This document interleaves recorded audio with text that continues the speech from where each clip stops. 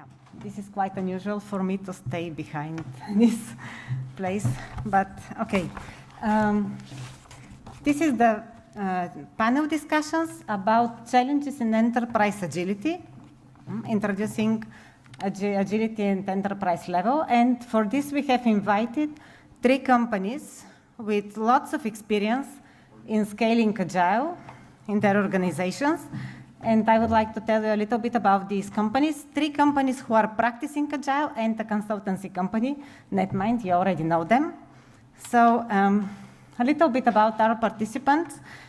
BBVA, the 2nd largest Spanish bank, operating in more than 30 countries, serving more than 75.7 million of clients, and having almost 126,000 of employees.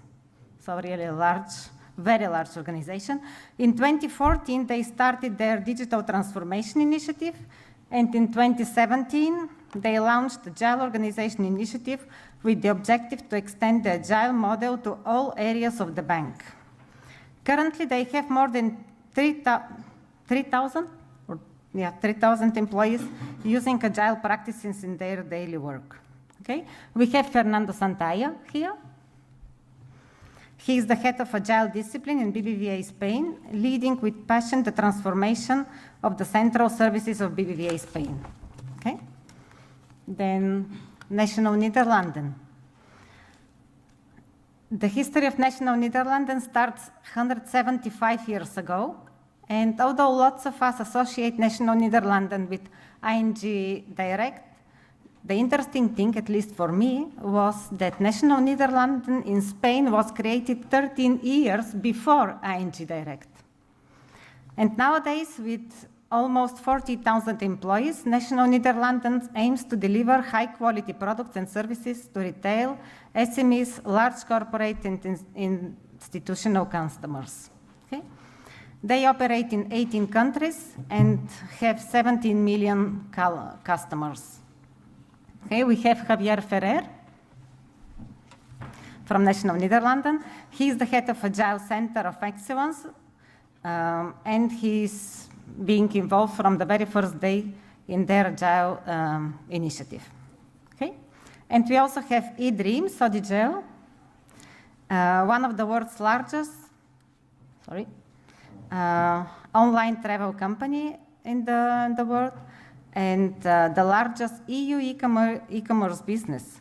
They are present in 46 markets and are the largest European flight retailer servicing over 18.5 million customers. Okay? We have Brett Ansley. He is Agile director, passionate about creating people-positive places for work. Okay? And we also have Miquel Rodriguez from Netmind. You just heard his presentation. Okay, so our topic is challenges in scaling Agile at enterprise level. And I have prepared several topics which I would like to discuss here with our participants. And I would like to invite you also, if you like, you can use Slido for asking your questions. And you can connect to this site, slide.do, with the code Y404. And if you don't like to use Slido, of course, you can simply raise your hand and ask your question, whatever works better for you. Okay, so I will have to ask the questions from here. We are all interested in how to introduce agility at enterprise level. And we know that this is not an easy job. It depends a lot on the context, the type of the business, the culture of the organizations, lots of factors that affect introducing enterprise agility. But let's start with a simple question, which is, which are the factors which will help introducing Agile at team levels very fast, because our objective is to go up at the enterprise level, but still we need to lay out a solid foundation. So what do you think from your experience? What can you tell us about how to fastly onboard teams? You can simply start. ¿Quién empieza? Bueno, ya que me habéis permitido contestar en castellano, aprovecho y empiezo, ¿vale? Así que para el año que viene pues ya tengo 2 retos, si me invitáis. Además, dar la charla en inglés. Sí. Podéis hacer preguntas en español también, responder en español y en inglés, y intentaremos traducir a cualquier de los idiomas. Entonces, por empezar y romper un poco el hielo, ¿vale? de la ponencia. Yo quería indicar 2 factores que nos están ayudando en el BBVA, o sea, contando nuestra experiencia, que nos están ayudando a transformar a los equipos, ¿vale?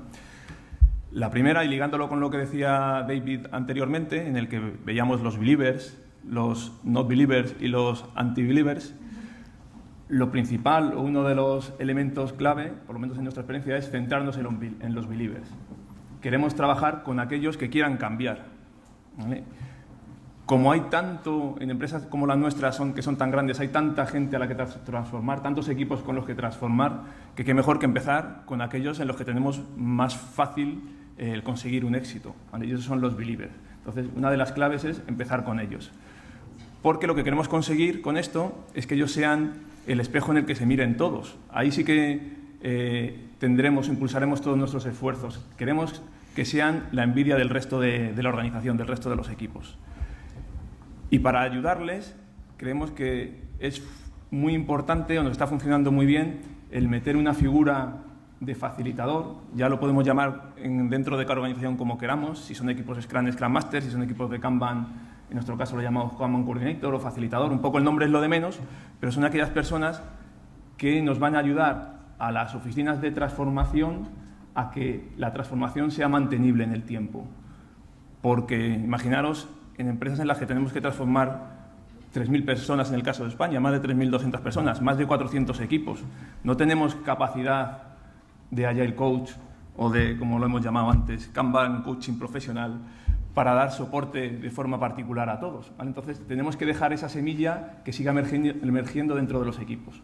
Entonces, para nosotros es fundamental el que exista esa figura en los equipos, que es lo que le va a dar sostenibilidad, y que entre ellos se creen un equipo de transformación que apoyen a esos Agile Coach o a esos Kanban Coaching Profesional a hacer mantenible la transformación. Okay. Brett? Okay. Some of the things that I try and do in early on, I think it's very easy. I think one of the reasons why a lot of organizations get stuck at the team level is because they focus too much on process. Without people understanding why. And once you've implemented the process, there's no expansion because people don't understand why they did the things that they're doing. They just understand that they've changed the way they execute. And even changing the way you execute if you don't understand why is difficult. So taking people through the process and helping people to understand why. We have a common purpose. We all want to achieve a better business outcome. And even the non-believers would admit that they want to achieve a better business outcome. They just don't believe that this way is the way to do it. So if we can stick with the reasons why we're doing the things that we're doing and use evidence to demonstrate the issues that we're trying to solve, often that allows an inroad to change and demonstrate how some things are slowing the organization down or slowing delivery down in teams that even teams that are non-believers will start to recognize, hey, we do have some issues. Now let's understand how we can solve those problems. And the solutions to those problems could be manifold. It doesn't have to focus on the processes, but you're taking people on a journey of understanding why they're trying to solve the problems and then what those problems are, using evidence and using some kind of insights into the ways of working. And I find that gives us good traction to then build not just a change, but a sustainable change where people actually understand the journey that they're going on. Okay, a question from the public. How do you introduce Agile or Kanban to teams who are not IT teams outside the IT area, like marketing, legal, human resource departments? Javier, maybe you can share something. Okay, in our case, we are working in Spain as National Netherlands. It's a smaller company in terms of scale compared to BBVA. We're talking about 300 people, more or less, in head office. And we have a model where we are basically scaling Agile at all levels of the company, from portfolio, program to teams. And basically, when you introduce Agile, it's not only team level.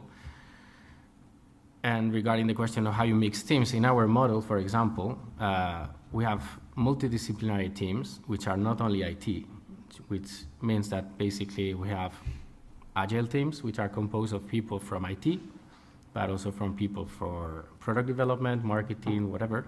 And when we define the teams, those teams basically are aligned with a purpose. So what's the product they're going to work on, what's part of the strategy they're going to deliver. That's the way you kind of assemble the team and create the skills. I mean, you basically have to assess what type of skills I need for that team and for the purpose of that team, and then put them together. And you also have, in our model, we also have Kanban teams, which are, let's say, more similar to traditional departments. So in the end, it's a mix of multidisciplinary teams where you have IT and business people and business teams. And then the scaling, basically, it's how you connect everything. So how you manage dependencies between these Kanban teams, these Scrum teams at any level of the company.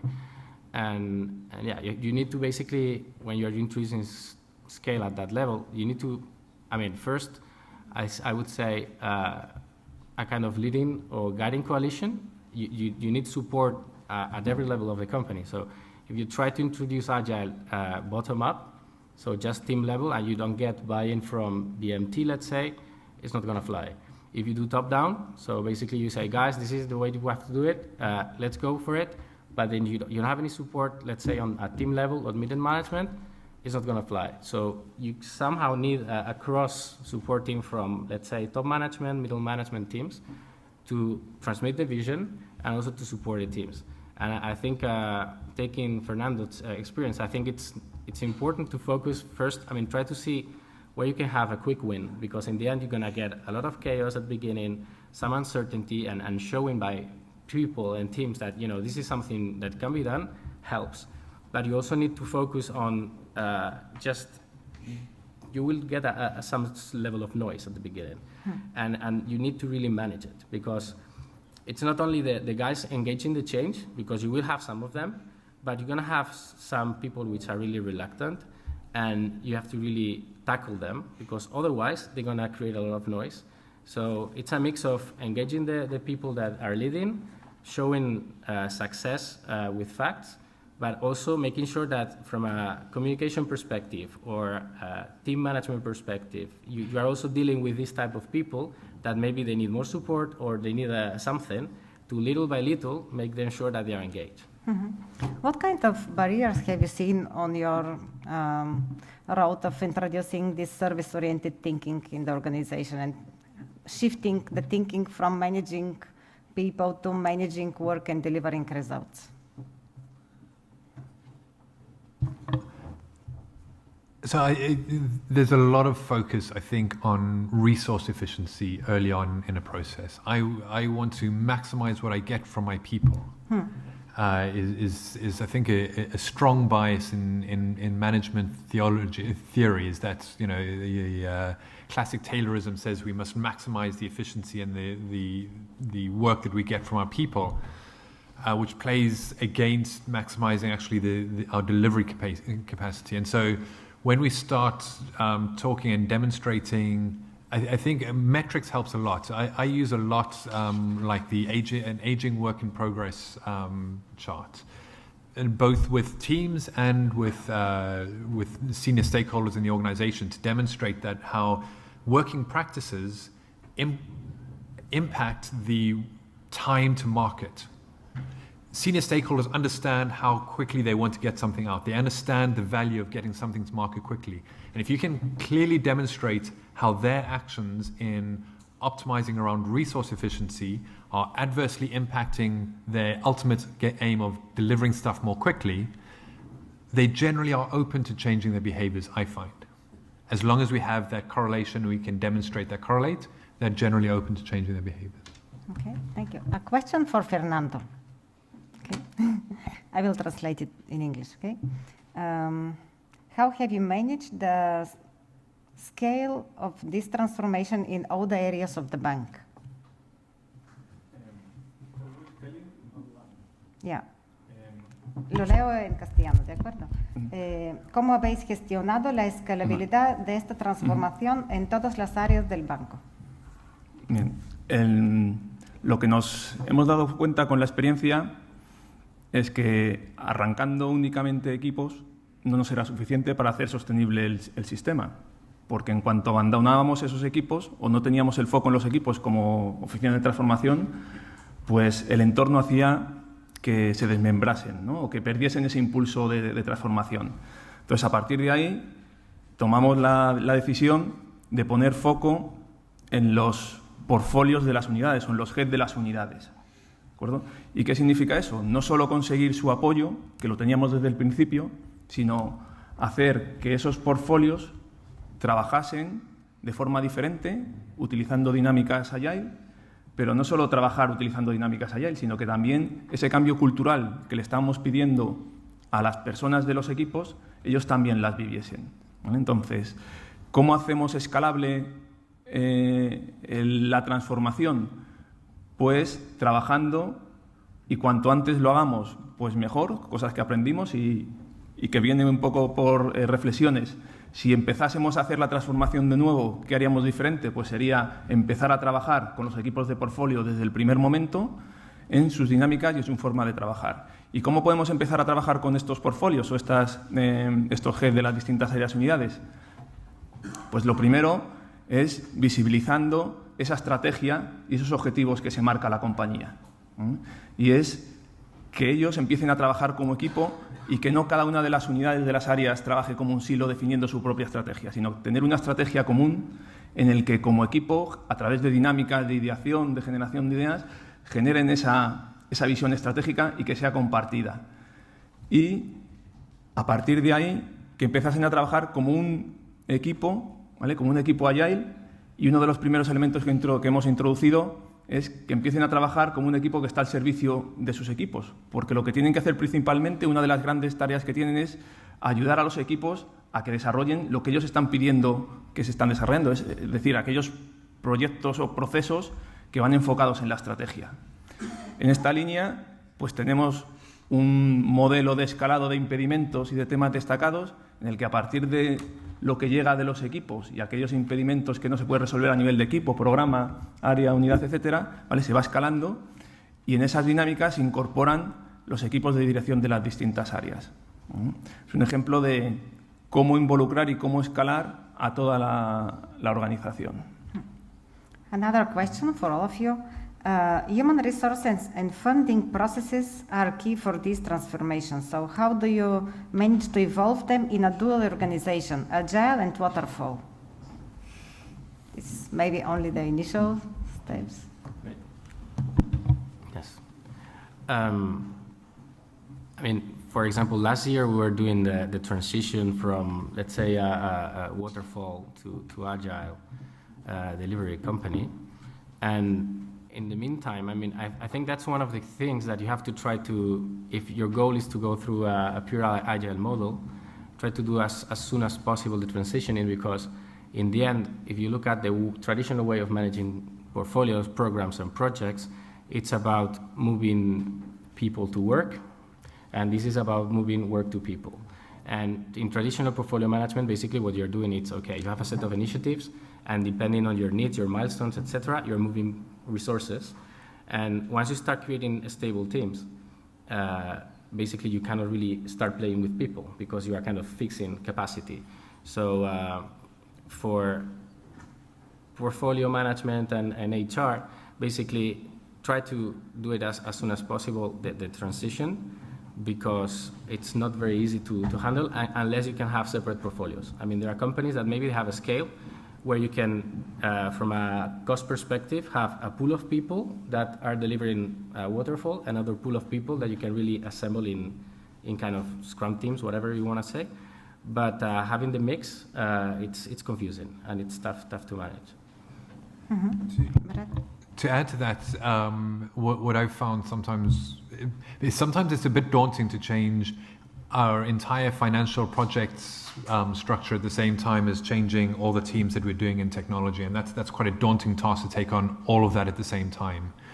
So if you can create a veneer across the organization that allows you to translate internally what we're actually doing into old world speak and maintain that vignette so that you essentially create, in technology speak, to create an API layer that looks like the old world, but underneath it's the new world. And gradually erode that over time to prevent having to change the entire world at the same time and create a level of safety, maybe. Okay. Okay, also, it's good to have a systemic view of all the change. So we usually get that question a lot: how do we help change human resource people, or how do we help change finance people, or how do we help change compliance or audit people? So it's about having a systemic view of everything. So what we usually do that helped a lot is, I agree with all that you said, and it's really related with the COTER, the 8 steps to lead a change. It's about creating a vision, a coalition, and also when Fernando said, start with the believers. So how do we detect those believers? So what we usually do is create a big event at the beginning to announce and to explain that transformation, and then ask for whoever is interested, whoever wants to join, please contact us. So like the coalition. The ones that contact you first are the ones that are more interested. So I know it sounds quite obvious, but it's a simple thing, because usually you try to plan your transformation and you try to think, okay, who are the ones that are going to be believers? I said, okay, we don't know. We don't know. Let's start and we'll find out who are the believers. Yeah. How do we find out that? Just by being proactive in saying, hey, just contact us. The ones who contact are the believers. If no one contacts you, you have a problem then. Yeah. Javier? Mm-hmm. And in our experience, it's something funny, because sometimes you are, at the beginning you might wonder, do I have enough supporters? And maybe you have more than enough. So when you're doing a transformation at company level, in the end, you have to see what type of methods you're going to use for different areas. You can use Kanban for certain teams, like everything that's kind of business as usual, process oriented, it makes perfect sense. For change and where you're talking about initiatives, maybe you have to use other things like Scrum. Then scaling, you have to connect everything. And one of the things that, for example, in our case, we started first with Scrum teams, more than Kanban. And then I think a key message from an HR people perspective is you have to do a lot of communication, and a lot of training, because otherwise people, it's a new language, people will not understand you.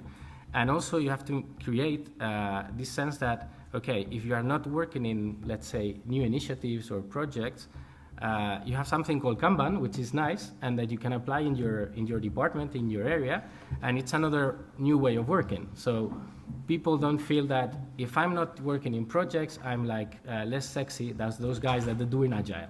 So this message of, Agile is for everyone.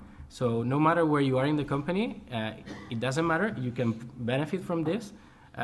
There is a team helping you, you will get support, you will get training. I think it's important. So making sure that the change goes across the whole company. Yeah. Okay. Another question, how do you measure how you improve your evolution? Paso palabra. No. ¿Cómo conseguimos medir que vamos mejorando? Pues la verdad es que después de todos estos años que llevamos en la transformación, lo primero, nos hemos dado cuenta de que una vez que te introduces en la transformación ya no hay manera de parar, ya entras en un ciclo, una rueda de transformación que es continua, porque el mundo va a estar continuamente cambiando y cada vez más rápido, y la transformación va a ser continua y cada vez más rápido, y lo que nos hemos dado cuenta es que tenemos que medirnos cómo llevamos o cómo va avanzando, cómo evoluciona la transformación, que ya es una primera medida el darnos cuenta que hay que medir, ¿vale? A partir de ahí, ¿qué ha surgido en el BBVA? Pues ha surgido una iniciativa de crear un modelo de madurez, ¿vale?, a nivel sistémico organizacional, en el que hemos empezado por medir el nivel de madurez de los equipos. Y es que además en el BBVA, al ser tan grande y estar en tantos países, tenemos que ser capaces de medirnos de una forma homogénea para que en todos los sitios hablemos de lo mismo, ¿vale? Entonces, ese modelo de madurez común es el que ya está desarrollado para los equipos, ya sea Scrum, Kanban o lo que llamamos equipos Lean Agile, y estamos ahora justo en este momento tomando una primera métrica o medida de cada uno de los equipos con los que trabajamos en qué nivel de madurez está. Y para mí, ¿qué es interesante de tener niveles de madurez? En este caso a nivel de equipos, pero que los tenderemos a nivel sistémico. No es el compararnos entre equipos, porque como empecemos a utilizar la medición para compararnos, entonces estamos muertos, porque perderemos la confianza de todos los equipos y no valdrá para nada porque cada uno pondrá la nota que quiera que aparezca para que sea mejor en el gráfico que vea cada uno de los jefes, ¿vale? Lo que es interesante es el saber dónde estamos para crear con los equipos esas conversaciones para que se generen líneas de acción de mejora, que es lo realmente interesante. No me importa cuánto de bueno o malo sean los equipos, sino que siempre estén generando líneas de acción de mejora, que es lo más interesante de todo. Okay. Javier, another question then. Which is the most important skill of the higher level management to facilitate the transformation?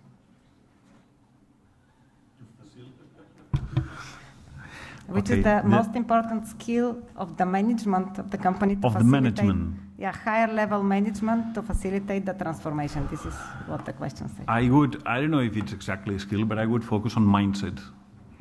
Having the appropriate mindset, because otherwise you're just doing nonsense. You're an Agile zombie or a Kanban zombie or whatever, just doing it because.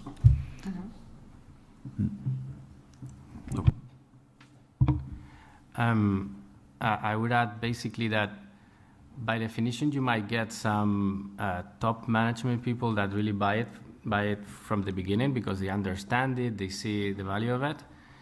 And if you're part of a transformation initiative, you also have to make sure that you manage stakeholders, but also that means that you really have to work on making sure that at board level you get the right support on the right people, and maybe sometimes one of the key stakeholders, you really need to work a lot with them. So even train them, take them to an event to see how things are, and you have to work with them, because otherwise it's very tough to make sure that when you have any resistance or something, you have the right support. Because still, when you are getting stuck at some level, you need this type of support. And I would say that's key. So it's not just identifying them, by also making sure that you develop buy-in at top management. In terms of an actual key skill that I like to see in senior management, the managers that I think have been most successful are the ones who have some skills in coaching themselves. So instead of managing by being directive, they manage through coaching. And if you can impart that skill into senior management and get them to see the value of coaching their people rather than directing their people, I think that leads to much better outcomes. Okay. A question to all of you, and in particular to Miquel. What do you do with anti-believers? We kill them. No. No. Some people will not join the initiative. And you need to be aware of that straight from the beginning. And you need to... There's a moment when rational evidences won't work. So you need to focus on having these rational evidences because they will help you to have all the people in the transformation, but the ones that, even with those rational evidence, they say, no, this is not the way, I don't like this, you need to keep your track. I mean, you need to follow. So I don't know if the word ignore is the appropriate one, but the most important thing is that you need to be aware that they will exist, and it's not your fault, it's not company's fault, it's not anyone's fault. I mean, it's just life. Mm-hmm. So I won't use the word ignore, but I think you understand my point on this. Okay, Javier wants to add something. Oops. I think one of the beautiful things of all these lean agile frameworks is that you get a lot of data. And I would say, in the end, you are trying to visualize a lot of things. If you have tools, you will measure lots of things. And normally these detractors or these non-believers are the guys that are injecting a lot of noise to the system. And basically, the way to make sure that that noise gets kind of diffused or whatever, it's, okay, these are the data, and the data is coming from you. It's not like, it's very easy conversation in the sense that, I mean, you will have to work on that, but in the end it's, guys, I mean, you can tell me whatever, but this is what you are telling me, because the data is coming from your work. It's coming from you. And sometimes you get funny situations where they are always complaining like, oh, we have a lot of work of this time, but then you look at the metrics, it's like, okay, but you are telling me this, and your data tells me the opposite. And by showing it's like, guys, I mean, come on, is it the data is wrong, or what is it? And that's a way to help these kind of conversations. And it's much easier than in the past, where everything was based on feelings, milestones, I don't know what, guesses. Now it's a lot of info that you can really help steer the conversations to make sure that the non-believers get on board, or at least that the believers see that what the non-believers are saying, it's not really a fact. It's just whatever they say, but it's not real. And that helps a lot. Another related question? Okay. Just a moment, let me add something to this, because I absolutely agree that with data, this is your data. So even with that data, some people would still deny that situation. So I really agree with that David said before about the polarization. So if we fight them, we are polarizing. We are making two extreme situations, and that's even worse. We've seen that in society a lot. So we don't want to go into the game of fighting. So it's about ignore them or get rid of them. But do not fight them, because it's going to be worse. It's going to create two different initiatives or two different bands. Yeah, okay. Going back to data and measurements, a question for Fernando, Javier, and Brett. Do you use any business outcome related metrics to measure your improvement? And which one? I can understand. Business metrics.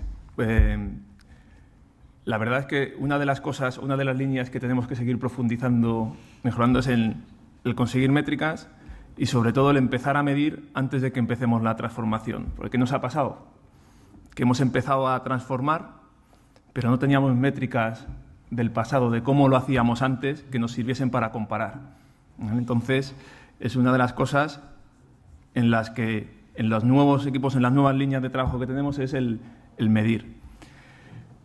Y métricas de negocio puras que tengamos, o casos de éxito, pues la verdad es que como mayor caso de éxito que tenemos en el BBVA son la app del móvil y la web, que son los dos canales que empezaron a trabajar en el 2014 con la transformación, lo que se llamó en aquel momento la transformación digital.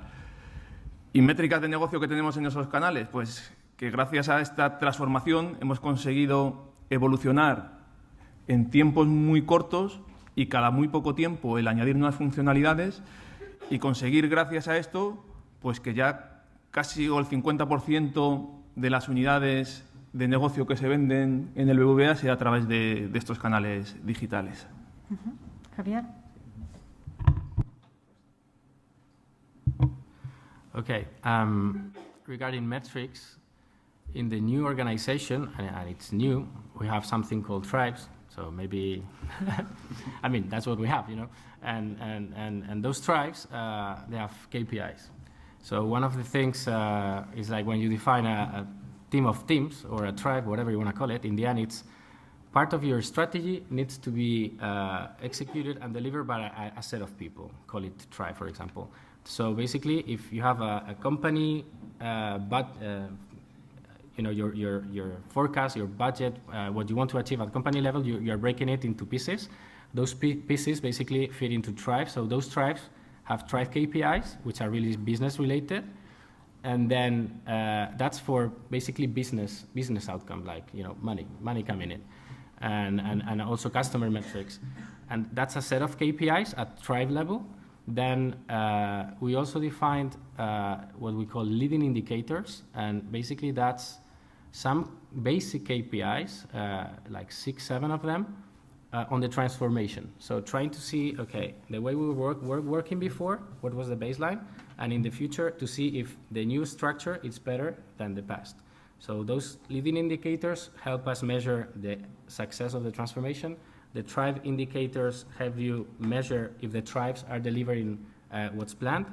And then we also have KPIs at team level and program level. So for example, every 3 months we do a planning event where you put all the teams together in one room for 2 days. And then we define the outcome of that planning session. It's also a set of business objectives that they are scored by the company. And that's what you will check at the end of those 3 months, whether you meet or not. Mm-hmm. So more or less, I mean, we're trying, and it's not perfect, and in the end it's just a work in progress, but to see at what level, to put KPIs at different levels of the company, basically. Okay. Brett?